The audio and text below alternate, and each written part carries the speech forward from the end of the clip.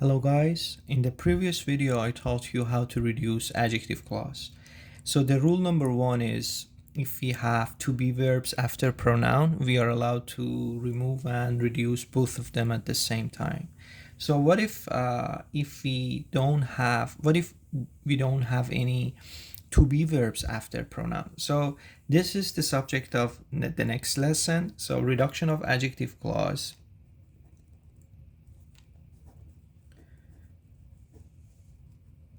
Rule number two. So if we have verbs except to be verbs after pronoun, what happens to the adjective clause phrase?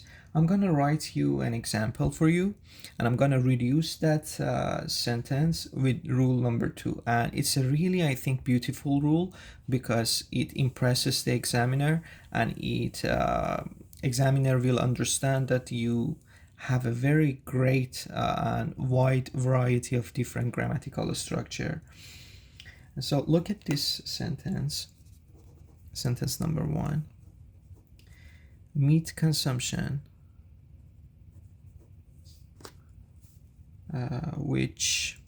so this is adjective clause, which reached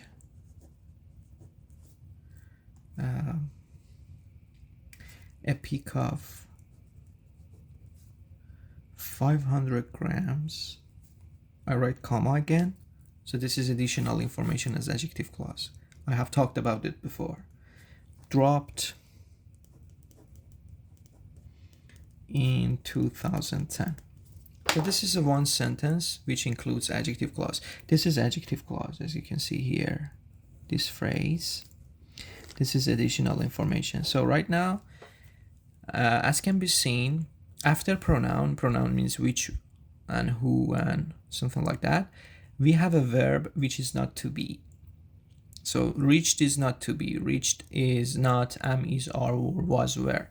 So when we have non-to-be verbs after pronoun, we can just reduce and remove pronoun and add ing to the base form of the verb.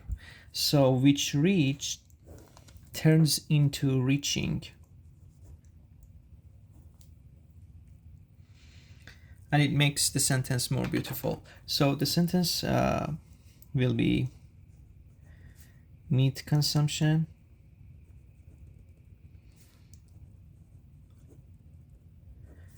reaching a peak of 500 grams, dropped in 2010. See, this is a sentence with the help of reduction of adjective clause, and it's clean, neat, and grammatically accurate and correct. So the second example that I'm gonna write, I'm gonna just adapt my sentences to the subjects of IELTS writing task 1. The number of football players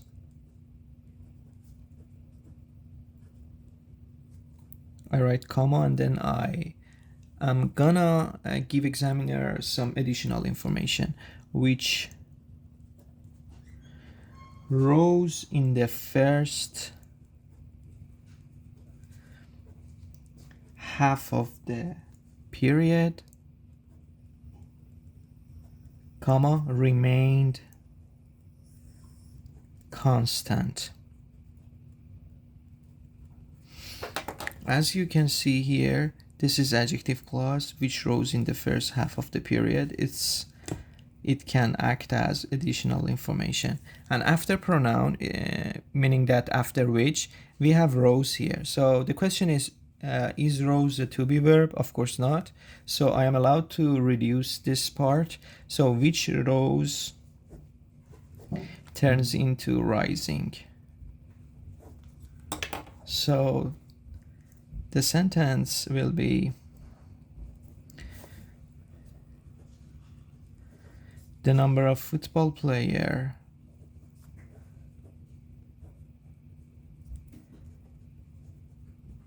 rising in the first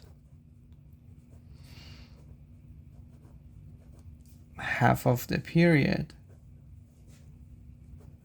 remained constant.